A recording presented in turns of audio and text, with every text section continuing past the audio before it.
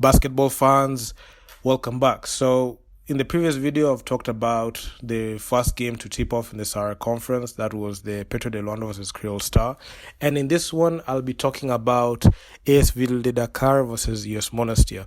So Ville de Dakar is the home team and they're defending home court. They made 4 key signings.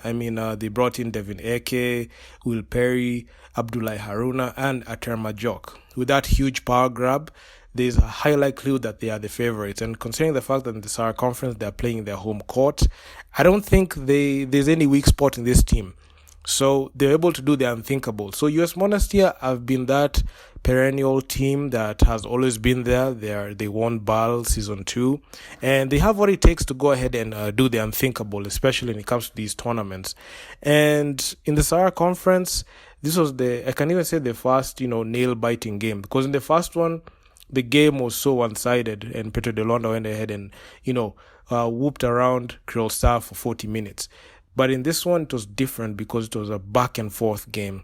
And AS Ville de Dakar won this game by 3 points. The final score was 70-67.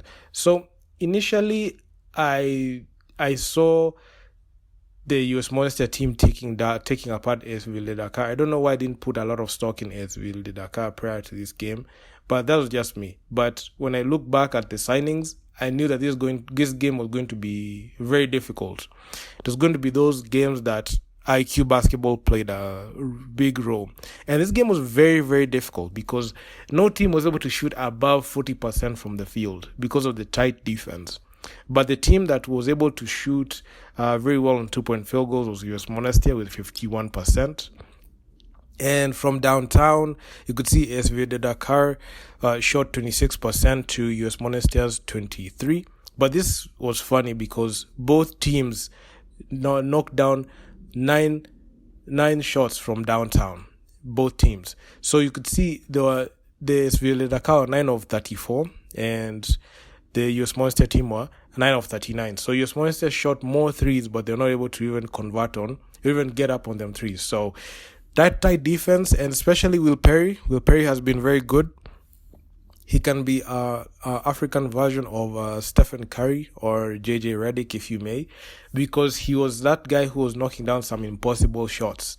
And in this one, this game was good. And AS Ville de Dakar, of course, they had the services of Ater Majok and Abdullahi Haruna. So they were able to at least, dominate, especially when it came to rebounds. You can see in the assists. The rebounds for AS Ville de Dakar were 50 and the assists were 18. So this was awesome.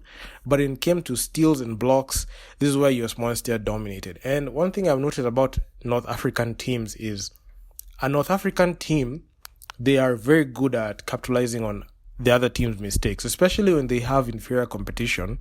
They'll get majority of their points from turnovers.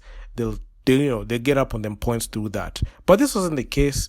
Both teams were holding serve pretty well, and even if there were turnovers, you could see the recovery was swift. But AS Ville de Dakar, despite winning, they had 21 turnovers, which was bad, and US Monastir had 17. So that was crazy. Then these teams, the way they played, it was interesting because US Monastir, they are a team known for drawing fouls. And in this one, it was different because they didn't even draw fouls and go to the line, because they only had 6 free throws attempted and only sank 4. When it came to AS Ville de Dakar, and I can even say this was the reason as to why they're able to, win in a clutch fashion, was because of their ability to even draw fouls and get to the line. So there's that. So this one was a very, very good one. And I was monitoring Ater Majok, Abdullahi Haruna. I was seeing how they were playing, and those were good because Ater Majok led in total rebounds with 9 boards. We had Bara Ndaye. So this guy, I never heard about him, but he led the AS Ville de Dakar in scoring with 15 points. And the matchup between Bara Ndaye was awesome, especially with Ramdan Slimani. So Ramdan Slimani is that old guy who plays for US Monastir. And he's been there, done that. He had 15 points in there. Then Firas Layani was another threat. He had a double-double in this game. So Firas Layani, he has been in, I can say, majority of the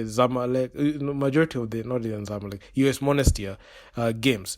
I don't know why I mentioned Zamalek. Maybe it's because of season 1. I mean, he was part of that team that lost in the BAL season 1 finals. But anyway, it is what it is. So Faraz Layani was also a problem, a big problem, especially inside. And he finished a double-double of his own.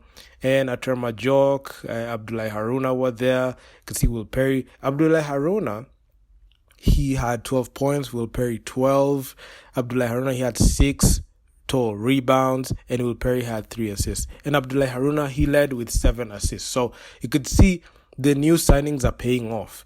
Then we had Patrick Hardy Jr. He led US Monastir with 4 assists. So this was a very, very good. There's a very good game, even with the clutch performance, and even with the game being this close, it was entertaining all through, and I really, really enjoyed it.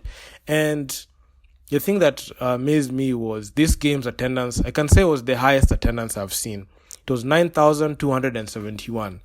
Man, I don't know what's happening in Senegal, but they're selling out the tickets. I mean, and one thing I've seen, the Senegalese fans, they fill up the Dakar arena, and it's loud. Especially in these games were loud, and they went ahead and cheered the home team. I can even say the home team, they were able to benefit from the crowd. They're able to feed off the crowd, and they're able to go ahead and use that as momentum to go ahead and win this game, because it was so important. Had they not had that energy, I don't think they will be able to go ahead and do the unthinkable in these ones. But it is what it is. So the Ville Dakar team, I mean, Ville Dakar were good. They started off the game strong. They had a 20-point first quarter. Then they went ahead and had a quarter high of 22 points in the second, but in the third, I felt like this was where the war of attrition set in, because the scoring was not coming in frequently, especially for both teams, SV Dakar and US Monastir, because US Monastir are limited to 16 points, but Ville Dakar able to finish strong with 20, and I can say the game was kind of decided on the line because of the free throws they attempted, but it was an overall good performance. I really, really enjoyed it. And the new signings for SV Dakar, they're paying off. The new signings are paying off. And for US Monastir, I feel like since that 2022 championship, this team has not looked the same. They have altered their roster multiple times through the years.